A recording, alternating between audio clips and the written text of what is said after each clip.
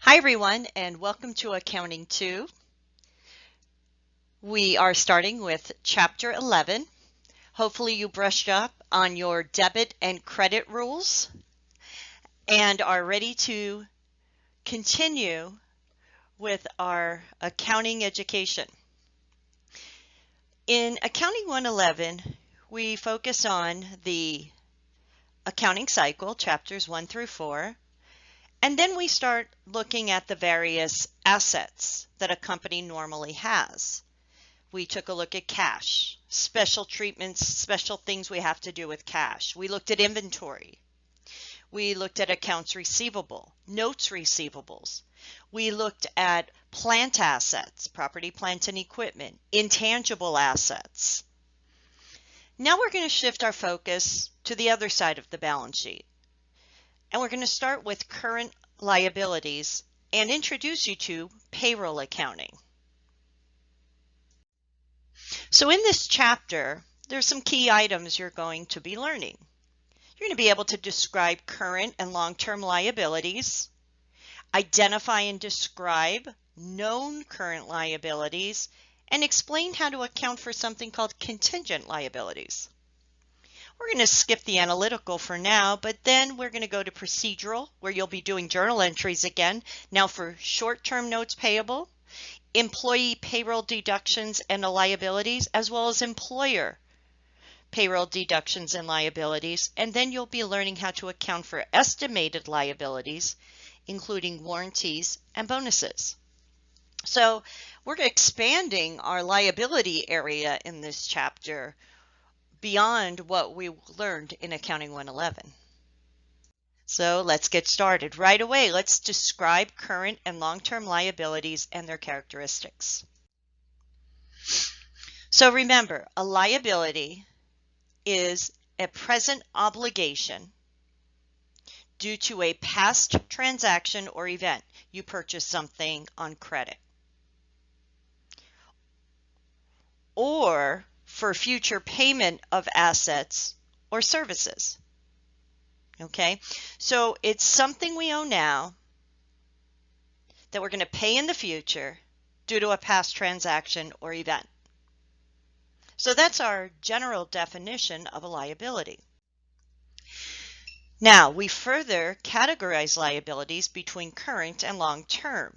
Now, this chapter focuses on current. We have another chapter that focuses on long-term liabilities. So current liabilities, remember, are those that are due within 1 year or the company's operating cycle, whichever is longer. And that's usually just a little bit beyond a year. Current liabilities, again, are due within 1 year or the company's operating cycle, whichever is longer. Long-term liabilities are due after 1 year or the company's operating cycle. So it's just giving you a percentage of current liabilities, it looks like. I don't have my book right in front of me, but that's Exhibit 11.2 in your book. By company. Just to give you some examples. Now, liabilities could be uncertain or they're certain. And the uncertainty arises in when to pay, or whom to pay, or how much to pay. But it doesn't mean it's not a liability, and we'll be talking more about that. So let's talk about first liabilities that we know.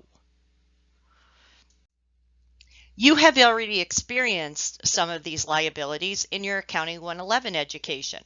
Accounts payable, unearned revenues are just two, and notes payable even.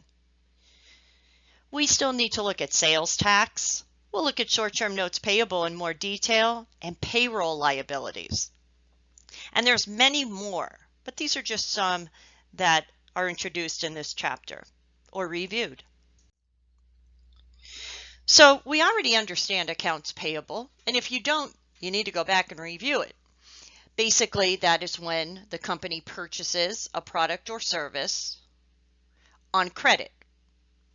So an accounts payable is created, so it should be credited the day the product or service is received by the company, and then they'll debit the accounts payable when they actually pay that off.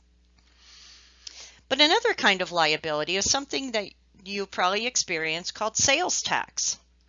Sales tax is a tax usually charged by the state or local government. Now, every state is different. We don't all pay the same sales tax. It all depends on what state you live in, and some states don't have sales tax. The key here is it is not a federal tax, not yet anyway. So the way we compute sales tax will differ depending on where you live. So we're just going to give you a general education on sales tax and what happens. Sales tax is charged to the customer, the ultimate consumer of a sale of a product or a service. It is collected by the merchant, the one providing the product or service, and then it's remitted or paid to the government by that merchant. So it is the merchant's responsibility to collect, or the company, to collect the sales tax from the consumer when the sale occurs, and then remit it to the state at certain time intervals.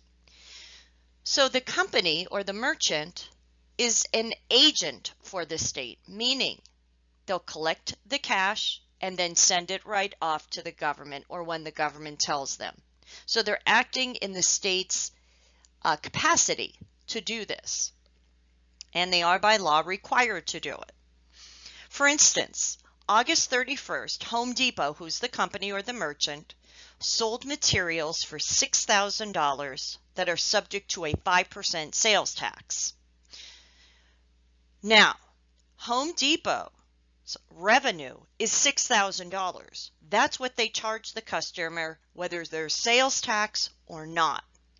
So we will credit sales or increase the sales or sales revenue account for $6,000.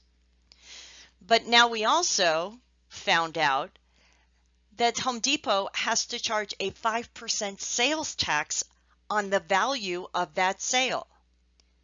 So now they're going to charge the customer an additional 5% of $6,000 or $300 for the sales tax component.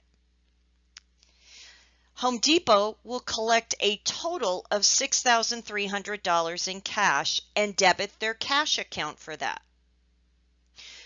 They will credit the sales tax portion of that to a liability account, a current liability account, sales tax payable.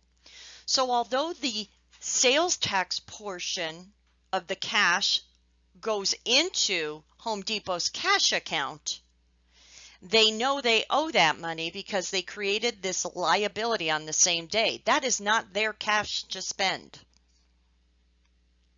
So the day the merchant collects the sales tax, they immediately credit a liability account to show that they have to pay that to the government. Sales tax payable. Now, when they pay the sales tax, they don't show this, they will debit sales tax payable and credit cash, just like they would for any other liability when they pay it. June 30th, Selena Gomez sells $5 million in tickets for 8 concerts. Well, she didn't perform any concerts yet, so we will debit cash and credit unearned ticket revenue. I don't know why it says Rihanna in there. It shouldn't. On the next one. Okay, so we're going to debit cash and credit unearned ticket revenue. $5 million. Please ignore that error. It should say on October 31st, Selena Gomez performs a concert. So she performs one of those 8 concerts. So on October 31st, after performing the concert, she's now earned ticket revenue.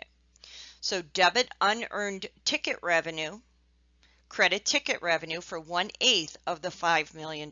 And we already have seen this in our Accounting 111 experience, but just to review it. Now, we're going to move on to short-term notes payable. Remember, back from our Accounting 111, whether you are the maker or the payee of a note, of a promissory note, these are written promises to pay a specified amount on a stated future date. And it's normally within 1 year if it's short term.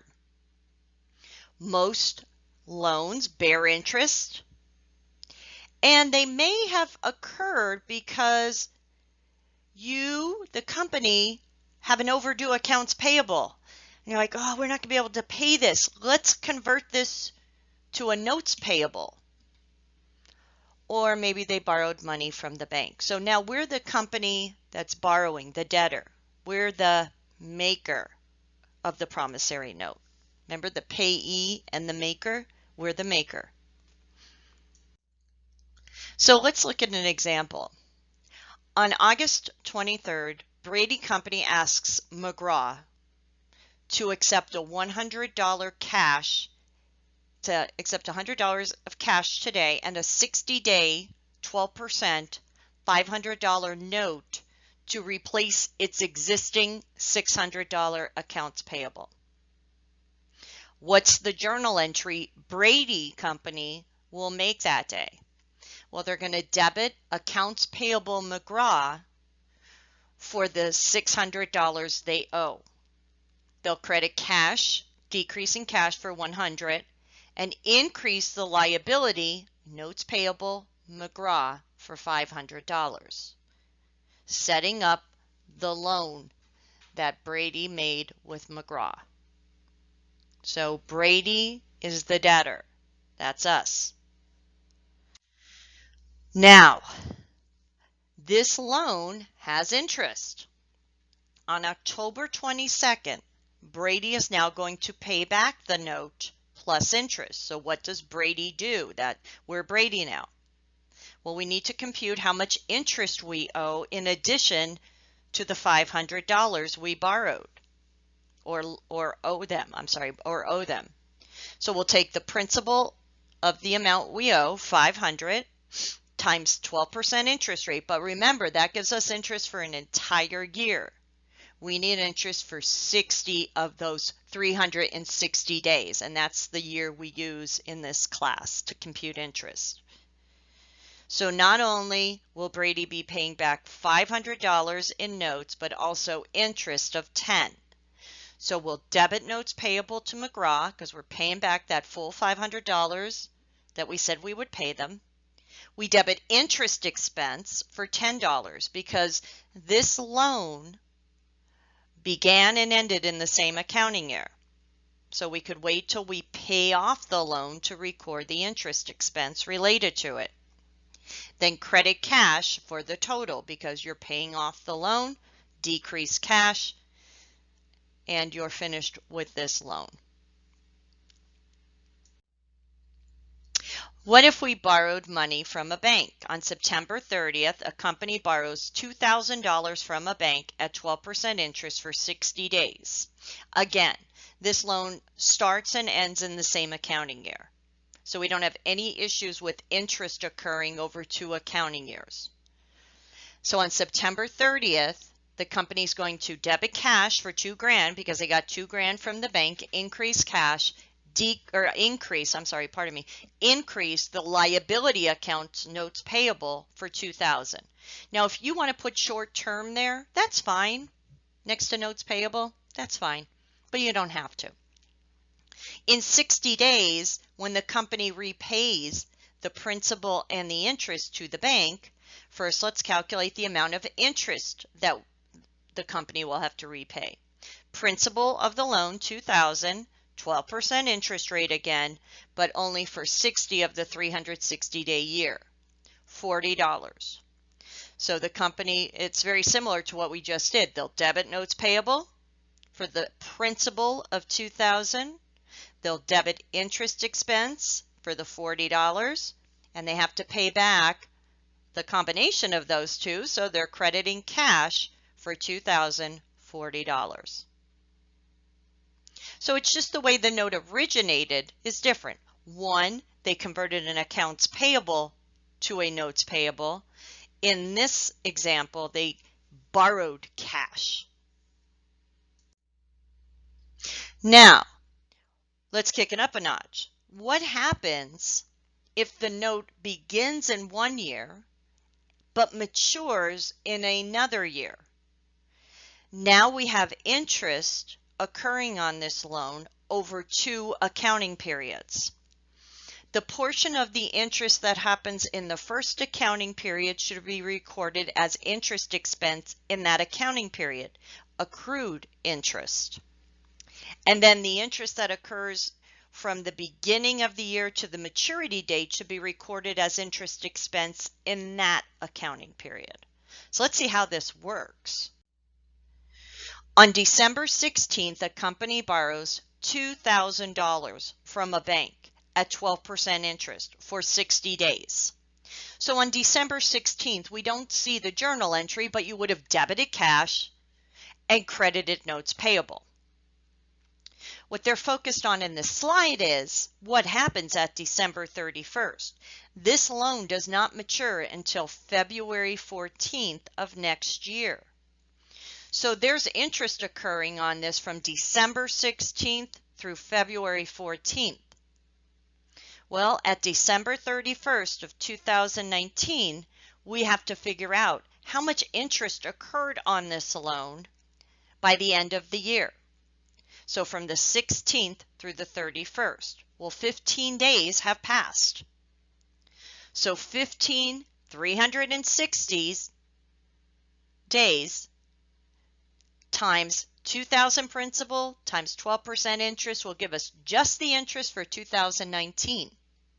So we must debit interest expense, but since we're not paying it on December 31st, we owe it. So we're going to credit interest payable. Another new liability. Now what happens on February 14th of the next year? Well, they're paying back the full amount they owe. How much do they owe in total? $2,000 plus $2,000 times 12% times 60 over 360 days of interest, or $2,040. So cash is credited $2,040. Notes payable still debited $2,000. It's the interest component that's treated differently. Remember, $10 of that $40 total was already recorded as interest expense last year because it occurred last year. So we debit the interest payable where we stored or showed, hey, we owe this. The other $30 of interest is debited to interest expense and reflected as interest expense in 2020 because that's the interest that occurred from January 1 of 2020 through February 14th. And you can calculate that by taking 2,000 times 12% times the remaining 45 days of the loan over 360. So you've seen this, but on the other side, when we did notes receivable. So when you have a notes payable, you do the same type of calculations, but now we're the ones who owe the money. So it's notes payable and interest expense that are affected. So those are some common known current liabilities. Now we're going to, and some of them you've heard of, some of them you might have been a little familiar with, but now we're going to go into a different realm. Now we're going to show you how we compute and record an employee's paycheck. That's our first step here. And that creates a lot of current liabilities. So if you work and you're not really familiar with what happens, we're going to show you when you get your paycheck. And now you could grab your paycheck stub and take a look at these things and say, hey, I kind of know how they computed these things. And you could check out and see if they're doing them right. Payroll liabilities are from salaries and wages, employee benefits, which are amounts paid by the company beyond salaries and wages, and payroll taxes levied on the employer. So from a company's perspective, a company must pay salaries and wages an employee earns. They may pay employee benefits, and they also are required to pay special taxes called employer taxes. Now, when it comes to an employee's pay, we're going to show you the first major computation is calculating an employee's gross pay. How do we do that? We'll show you that.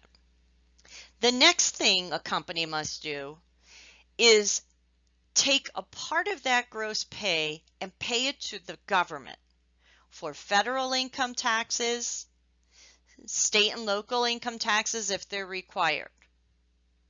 They must withhold a federal tax called Medicare and Social Security as well. Those are part of your federal taxes. So there's a federal income tax, and then there's a federal tax for Social Security and Medicare. State and local income taxes, and then sometimes the employer offers employee voluntary items that they could buy with their paycheck, and they're deducted. Once we subtract all of those items, we get to the left, net pay. Sometimes you hear that referred to as take home, or that's ultimately what an employee's paycheck dollar amount is. Now, before we get into this slide, the major ways that an employee can be paid are salary. That's when you're hired, your employer will say, we're going to pay you $50,000 a year. No matter how much you work, that's how much your salary is going to be. And depending on how often your employer decides to pay will determine your gross pay. So let's just make it easier. Let's say it's $52,000 a year. If your employer pays weekly, your gross pay each week will be $52,000 divided by 52 weeks, because there's 52 weeks in a year, or $1,000. If they pay every 2 weeks, then your gross pay would be $2,000, or $52,000 divided by 26 weeks. Another way you can be paid, which maybe a lot of you are more familiar with, is hourly. So when you're hired, the employer will say, we'll pay you $15 an hour. The normal federal rule is the first 40 hours of work in a week is paid at that rate, whatever you're hired at. And then hours worked above that in a week are paid at that rate times 1.5, and that's called your overtime rate. Now, it could vary in different industries, but that's the general rule. Companies can also pay sales commission as the gross pay for an employee. So there's many different ways. The two major ones are salary and hourly. Now, all taxes are computed off of an employee's gross pay. Here is the first one we're going to talk about. This is required by the employer to deduct or withhold from an employee's gross pay and remit to the federal government. And it's called FICA. And it was created by the Federal Insurance Contribution Act. There's two major components of FICA: Social Security and Medicare. Now, they're giving you the rules for 2018, and the Social Security rule changes each year. What this is saying is an employer must withhold 6.2% from the gross pay of an individual up to the point their gross pay equals $128,400 in a year. So if an employee makes more than, their gross pay is more than $128,400 in 2018, an employer will stop calculating Social Security tax on that employee's gross pay until the end of that year. Medicare tax is 1.45% of all gross pay, so there's no limit. Employers must withhold this tax They don't pay it to the Internal Revenue Service, by the way. I don't know why they put that there. They pay it to the Department of Treasury. Okay, so they withhold this tax. This is one federal tax. It's called FICA, and there's two parts of FICA, Social Security and Medicare, and that's how we compute them for everyone. Income tax. Income tax is another required tax to be withheld from employees, by employers. And federal income tax, we're upon that season now. Employees are required, well, all taxpayers are required to pay taxes into the federal government as they earn the income that caused them. So that's why employers withhold federal income tax from our paycheck. Now, we're the ones responsible for telling the employer how much to withhold. And we do that by filling out what's called a W-4 form. On that form, we tell them if we're married or single and how many dependents we have, or what we call withholding allowances. The more married and the more withholding allowances you have, the less tax that will be taken out versus someone making the same amount of gross pay who's maybe single with no withholding allowance. Employers also must pay these taxes withheld from the employee's gross pay to either the U.S. Department of Treasury or the State Department of Revenue or local tax agency. Not all states have income tax. Not all localities have income taxes. We're just saying if they do, that's what an employer must do. There's also voluntary deductions beyond taxes. Sometimes an employer will say, we'll withhold these items or not pay you for them and remit them to the place they need to go to. Common ones are union dues. So instead of the employee getting the money in their paycheck and then writing a check out to the union, the employer does that on the employee's behalf by withholding the money and then sending it to the union. Kind of like sales tax and all taxes work. They may take money out and put it into a savings account for you.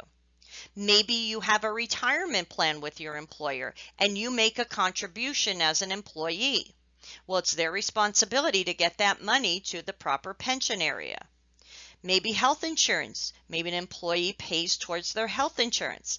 Well, instead of the employer giving the money in the paycheck and then the employee writing a check to the employer says, we just won't put that in your paycheck and we'll remit it to the insurance company.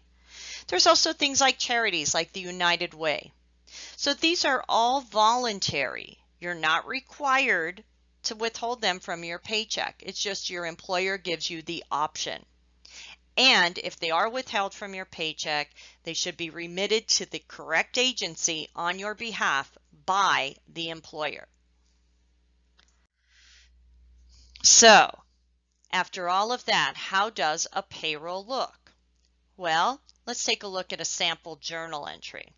Here we have an employee whose gross pay came out to be $2,000, and they're debiting salaries expense. Who is the employer? Because this is an expense of the employer. The whole gross pay is. If there was no withholdings, if the employer was not required to take anything out of an employee's paycheck, the employer would be required to pay the employee $2,000. That's what they earned. It's just that the employer, either by law or by their own voluntary consent, said, well, we'll withhold some money and pay that on the employee's behalf. So no matter what, the employer is ultimately paying the whole gross pay. It's just some may be paid directly to the employee and some may be paid on the employee's behalf. Take a look. There's the Social Security tax amount. 6.2% of that $2,000 gross pay is credited to a liability account Social Security taxes payable. And that's what happens on the day of the paycheck. The Medicare portion of FICA, 1.45% times $2,000, you always use gross pay, is credited to a liability account because the employer owes that on the employee's behalf. Federal income taxes were calculated for this employee based on that $2,000, and they came out to be $213. So the employer will have to send to the federal government that money. So as of today, when the paycheck is created, we credit a liability back at the company for employee federal income taxes payable.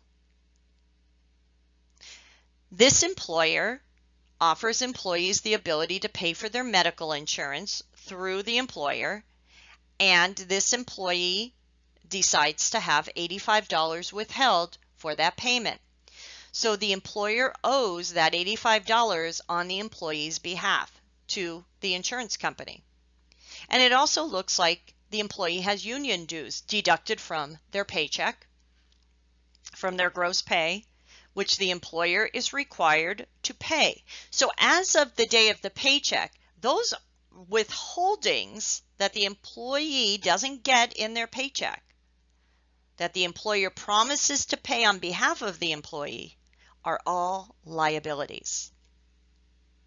Now, if the employee is not getting their paycheck on January 31st, the employer credits salaries payable for the net, or the gross minus all of those withholdings, because that's what they're going to ultimately pay to the employee on February 1st.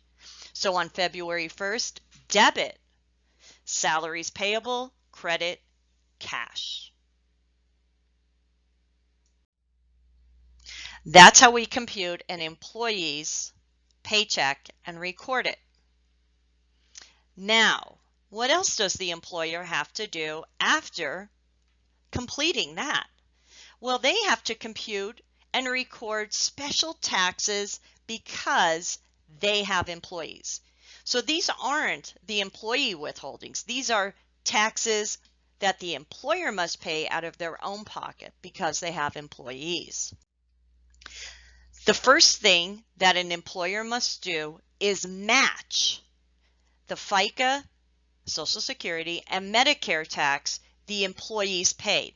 So not only will employees have that amount deducted out of their paycheck and sent on their behalf, but the employer will take the same amount, and this is an extra expense to the employer for having employees. So they match the payments the employee makes in. Also, there's a federal and state unemployment tax employers are required to pay. Based on the state tax would be based on the state that the employer is in. The federal tax is the same for everybody, the federal unemployment tax, and it's only on employers because they're the ones who control unemployment. There's special rules when it comes to federal unemployment and state unemployment. Federal unemployment says this: the rate is 6% on the first $7,000 of gross pay paid to each employee. So when an employee is making their first $7,000 of gross pay, the employer uses those gross wages to calculate their federal unemployment tax. So it's not an employee tax, but we use the employee's gross pay. Once an employee makes $7,000 of gross pay in a year, we no longer use their gross pay to calculate federal unemployment tax. Further, a credit is given up to 5.4% for state unemployment taxes paid. So really, in the end, what's the real federal unemployment tax rate? 0.6% of the first $7,000 of an employee's gross pay. would be used to calculate this employer tax. So we have to track each employee's gross pay separately. And if an employee makes $7,000 for the year, we stop using their gross pay to calculate this tax. State unemployment works the same way, except we use 5.4% on the first $7,000 of wages paid to each employee. Now, some employers pay less in state unemployment tax. Their percentage will be less. Some pay more. It depends on how much they utilize unemployment. So if they lay people off a lot and they're collecting unemployment, that rate may be higher, and vice versa. So how do we record this? Well, what they're assuming here is that this employee has not made more than $7,000 in gross pay up to this point in the year that they're receiving their check. So their Social Security tax match will be the same as the employee. So the employer will also pay in FICA Social Security taxes of $124.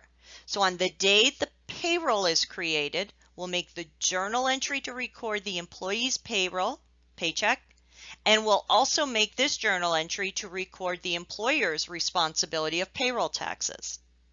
So we'll credit that Social Security tax payable account again for $124, and then we'll credit the Medicare taxes payable account again for $29, because that's matching the employee. Now, the state and federal unemployment taxes are going to be calculated.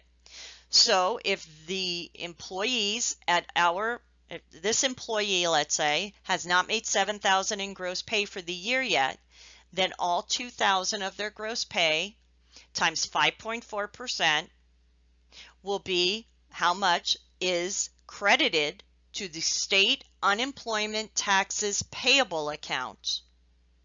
So the employer owes another $108 for unemployment. Federal is calculated the same way, but you use 0.6%. I do not know why there's parentheses around that. You could just ignore that. I think they meant to put a percentage there. So 2,000 times 0.6%. So that's not even 1%. So be careful when you're doing your calculations.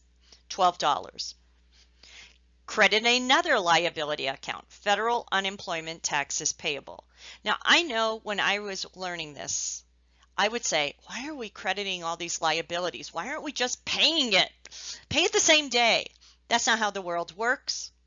We always credit these to a liability. Then we'll debit payroll tax expense, a separate expense account, because these are the employer payroll taxes that they're responsible for the total of $273. Now, different government, federal, state, and local ask for payments at different times. Sometimes it's once a month, sometimes it's once a quarter, sometimes it's every 2 weeks. It all depends on who we owe the money to when they want the payment.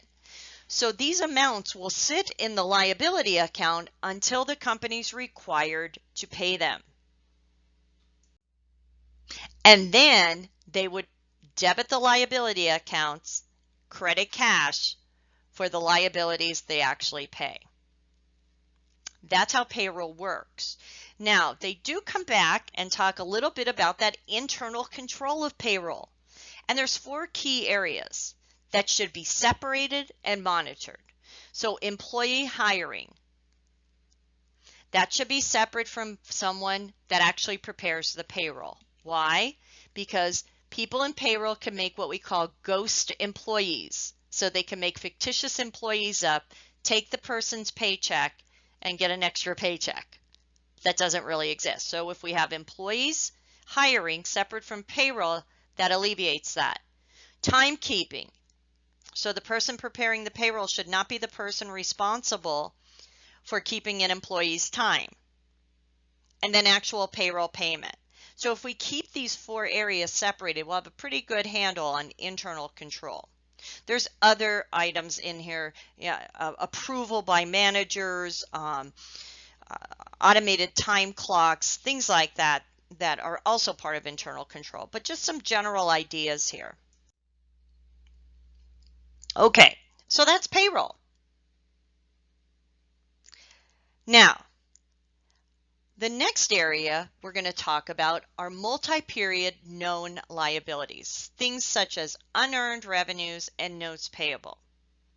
So let's just read through this. Unearned revenues from magazine subscriptions often cover more than one accounting period. So what this is saying is maybe we're a magazine company and we collect an annual subscription in October, and we're going to provide magazines from October of this year to October of next year. That's what they're talking about there. We know by the end of the first year, a portion of the revenue is earned and reduces the unearned revenue account.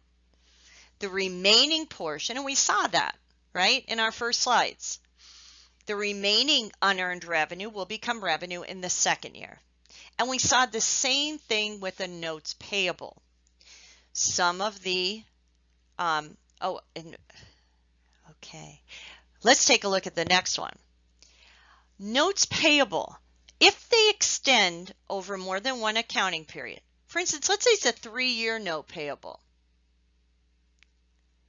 Some of the note payable should be classified as current. Remember what a current liability is, a liability due in the coming year. If you have a portion of a notes payable, the principal, that has to be paid off in the coming year, it should be current. So maybe next year's is current and the 2 years after are long term. So this is what we call the current portion of a long-term liability. The final area, I believe this is, no, we still have contingencies. Let's look at estimated liabilities. Back in chapter 1, we talked about something called conservatism in accounting. And conservatism basically says, and accountants will yell at me for saying this, but it's the truth, report assets at their lowest and liabilities at their highest.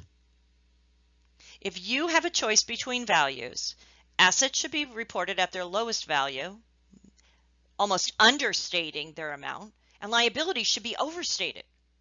They should be reported at their highest amount. Because of that, if we know there could be liabilities in the future, we should estimate for them and record them now. And there's 2 main characteristics that liability has to have. They're probably going to happen, and you can estimate them. Common liabilities in this category are warranties and bonuses.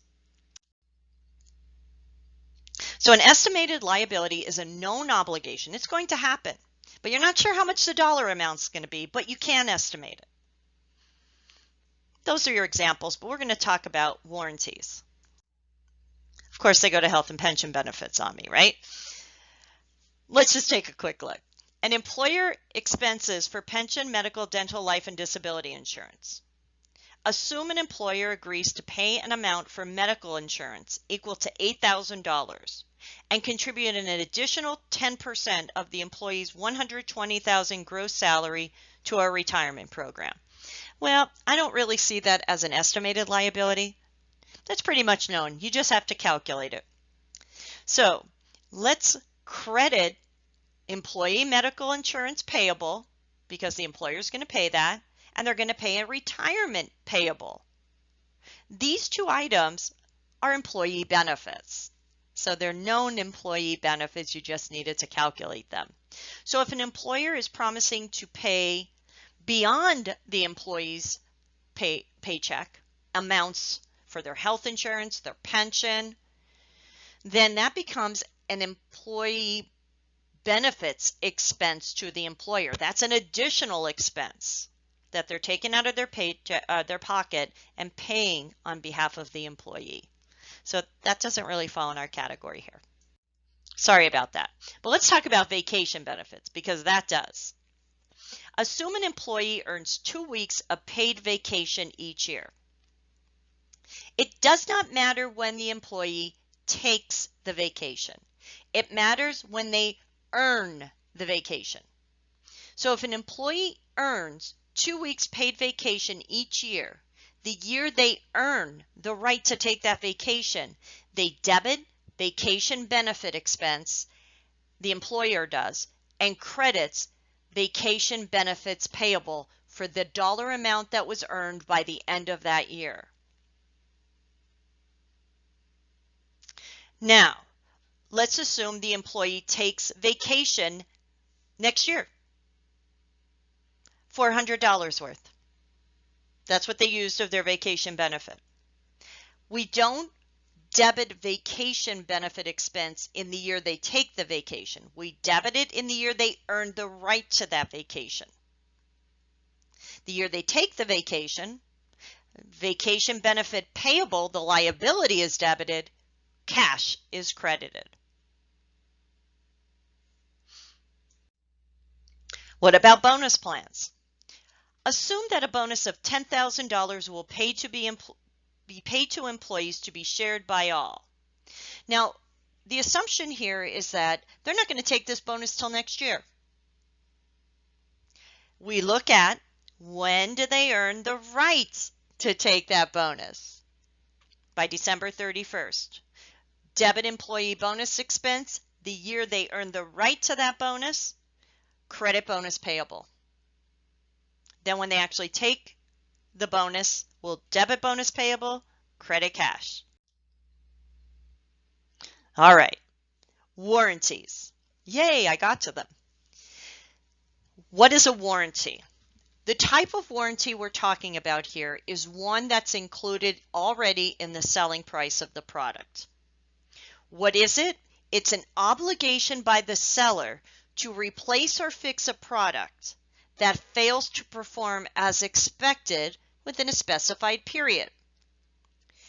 Sellers report expected warranty expense in the period when the revenue from the sale is reported. So think about this. You buy a car. Your car comes with a warranty, a normal manufacturer's warranty of 3 years. So at any time over the next 3 years going forward, if your car needs to be replaced or fixed in certain components, the manufacturer or the company you bought the car from is responsible to fix that. So today, when they sell you the car, they have a potential future liability.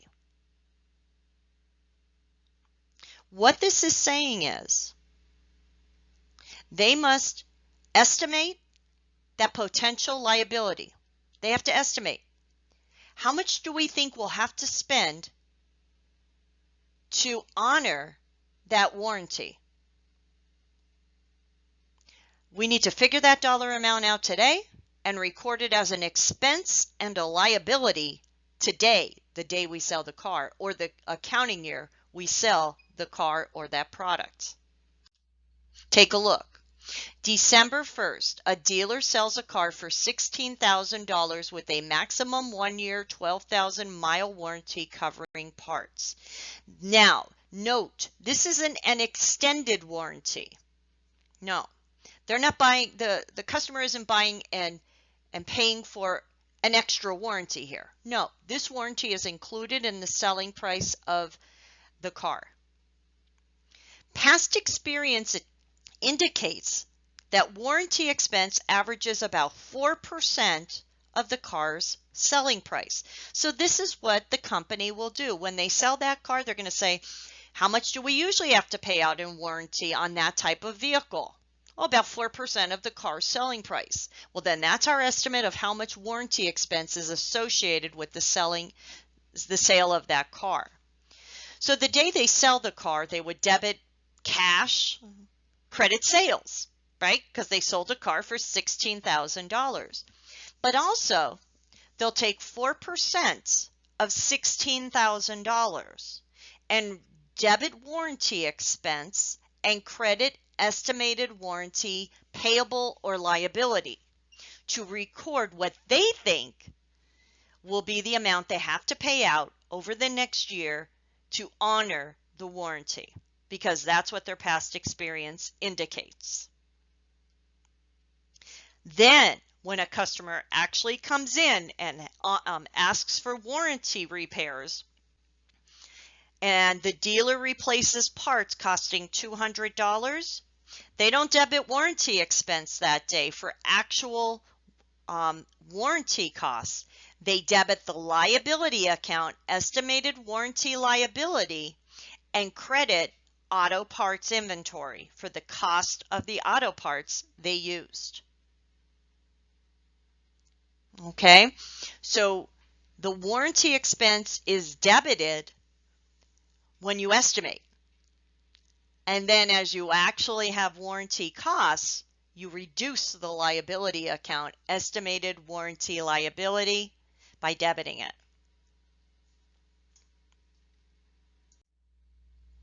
That's warranties. The final area is accounting for contingent liabilities. Now, contingent liabilities, warranties can be grouped in there, but contingent liabilities usually have some type of definition behind them. And here's what happens. It's a potential liability caused by a past event that could happen in the future.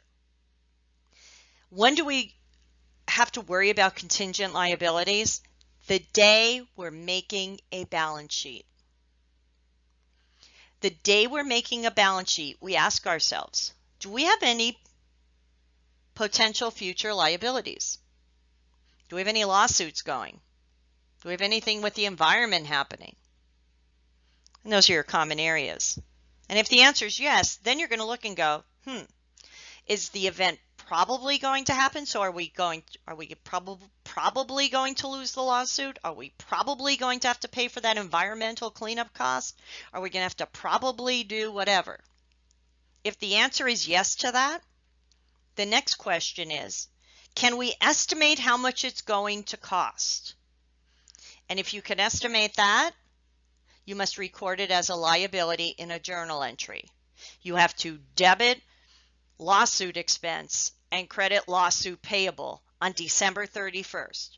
Even though you didn't lose the lawsuit and you're not required to pay anything yet, you're probably going to, and you can estimate it, you get it recorded as a liability now.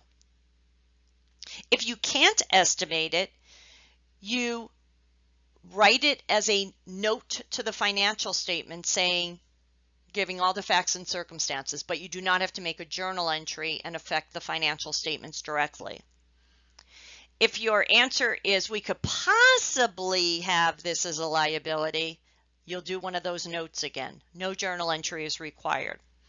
And if your answer is remote, we're not going to lose that lawsuit, or no, we're not going to have to pay that environmental fee, then there's nothing. You just ignore it. So you have to ask yourself that at a company. Do we have any of these things that could happen in the future that could cause a liability? And then what's the chances? And then based on those answers, what do we do? So again, potential legal claims. So if you're the defendant in a lawsuit, if the amount can be reasonably estimated and payment for damages is probable, you're making a journal entry. Sometimes a company may guarantee or be like basically a co-signer of a loan. It discloses its guarantee in its financial statements. If it is probable, though, that the person who took the loan isn't going to pay it, and we're going to have to, as the co-signer, be responsible for that loan, then we have to report it as a liability. There's some other contingencies that can happen are environmental damages, tax assessments, insurance losses, and government investigations. So they're kind of remote items. The first two are your most common. Uncertainties from future events are not contingent liabilities because they are future events and do not arise from past transactions. So these are not disclosed. So, oh geez, maybe there might be a tornado next year and we may have a loss. I mean, that's so remote and not sure about, and it's very, very uncertain. So contingent liabilities stem from something that's basically already in progress or something that happened in the past that you know you're probably going to have, or there's the potential for having that liability. We're not going to worry about the next area. I meant to delete it from the PowerPoint. So I'm just going to flip on through. You could take a look at it. And we're not worried about the appendix, although I encourage you to take a look at the different kind of payroll reports, records, and procedures. Let's just take a quick look. So some common payroll records are the payroll register and payroll checks and the employee earnings report. So an employee earnings report tells an employee their gross pay minus all of their withholdings to their net pay. Their paycheck itself, of course, is their paycheck. The payroll register lists all the employees with all of their gross pay, all of their withholdings, and all of their net pay. Payroll procedures are defined by a W-4 provided by an employee. That's a special IRS form that the employee tells the employer how much to withhold out of their paycheck for income taxes. And the withholding tables are provided by the IRS for the Internal Revenue Service so that the employer knows how much to withhold from an employee's paycheck for income taxes. And then the payroll reports, the W-2 is a annual report provided to the employee by the employer defining how much their total gross pay was and the different taxes that were taken out. A copy of it is provided to Social Security Administration and the IRS. And then the employer is required to file two forms. One is called a Form 941, and this is the tax return they fill out to pay all the federal income tax and Social Security and Medicare taxes that they owe. And then the IRS Form 940 is for the employer to pay their federal unemployment taxes. So just a quick overview there if you're interested in that. And again, you may have to pay income taxes as a corporation. I'm not too worried about that right now. So take a look in the appendix. You're not required to know it for any kind of assessments, but it's some good information for you to review. So that is our chapter on current liabilities. Known liabilities, such as accounts payable, sales tax payable, unearned revenues, short-term notes payable. And the current portion of long-term notes payable, your payroll liabilities, including recording an employee's paycheck, the employer's tax expense, employee benefits, vacation benefits, the warranties, estimated liabilities such as warranties, and contingent liabilities. So please post any questions you may have to the discussion board.